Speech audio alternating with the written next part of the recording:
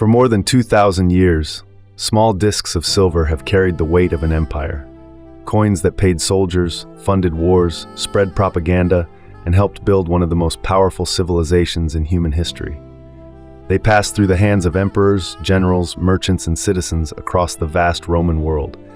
From the markets of Rome to distant frontiers in Britain, North Africa, and the Middle East. Each one carried a message, a portrait, a symbol, a declaration of power.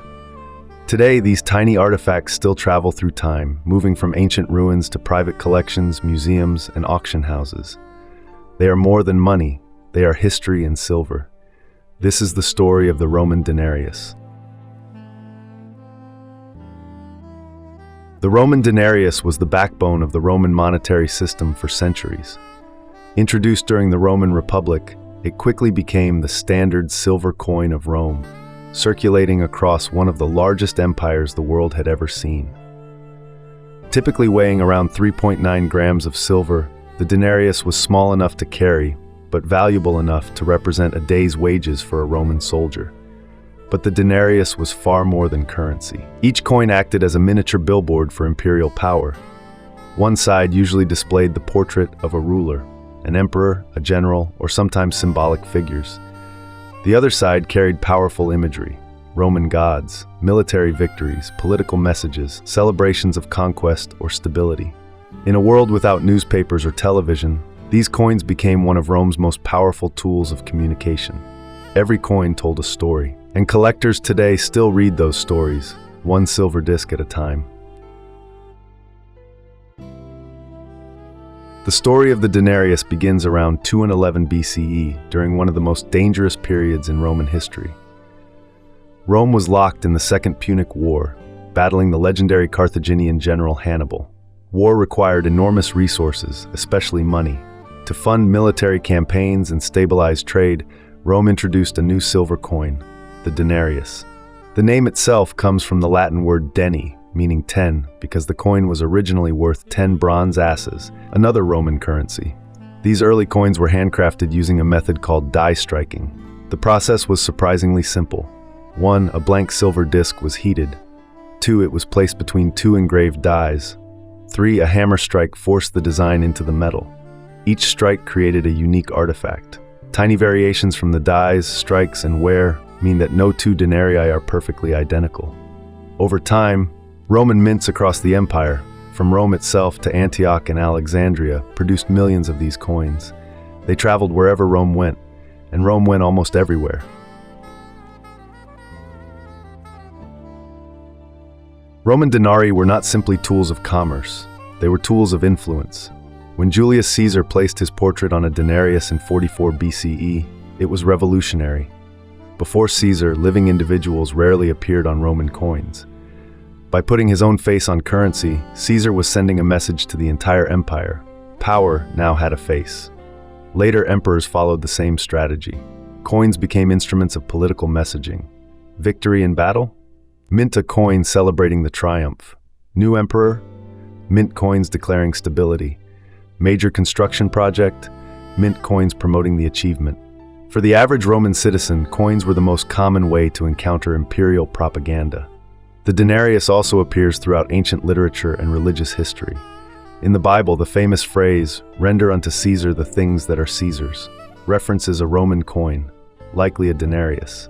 This small silver coin connected politics, religion, economics, and everyday life.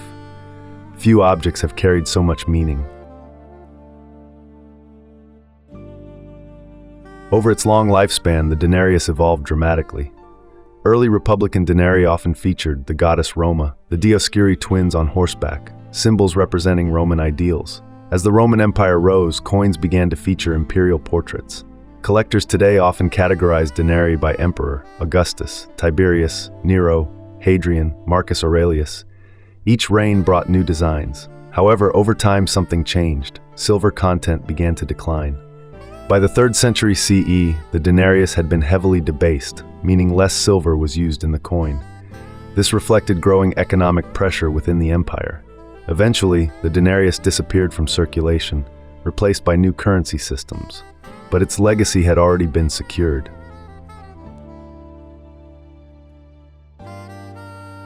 Today, Roman denarii are among the most accessible and fascinating ancient coins collectors can own. But not all denarii are equal. Several factors determine their rarity and value. 1. Emperor or historical figure. Coins featuring famous rulers like Julius Caesar or Augustus often command strong interest. 2. Rarity of the issue.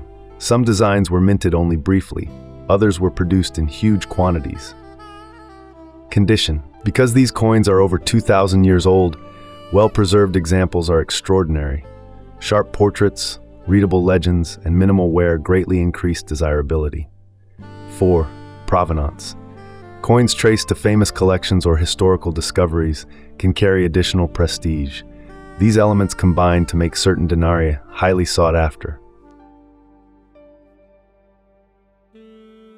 Among all Roman coins, a few denarii have become legendary. One of the most famous is the Eid Mar Denarius, issued by Brutus after the assassination of Julius Caesar. The coin shows 2 daggers and a liberty cap, celebrating Caesar's death. It is one of the most famous political coins ever created. In recent years, examples of this coin have sold for millions of dollars at auction. Another iconic piece is the Julius Caesar elephant denarius, depicting an elephant trampling a serpent. Even beyond individual coins, major museums, including those in Rome, London, and Paris, hold vast collections of denarii that help historians reconstruct the past. Each coin acts as a historical document in silver. Because Roman denarii are so desirable, authentication is essential. Experts evaluate coins based on several elements: weight, metal composition, die style, strike characteristics, historical consistency. Modern technologies such as XRF metal analysis can also confirm silver content. Collectors must also watch for modern forgeries, which sometimes appear in online marketplaces. Proper preservation is equally important. Ancient coins should be stored in stable, dry environments, ideally in inert holders or archival trays. Unlike modern coins, many collectors prefer not to clean ancient coins aggressively since original surfaces carry historical authenticity. Handled carefully, a Roman denarius can survive another 1,000 years.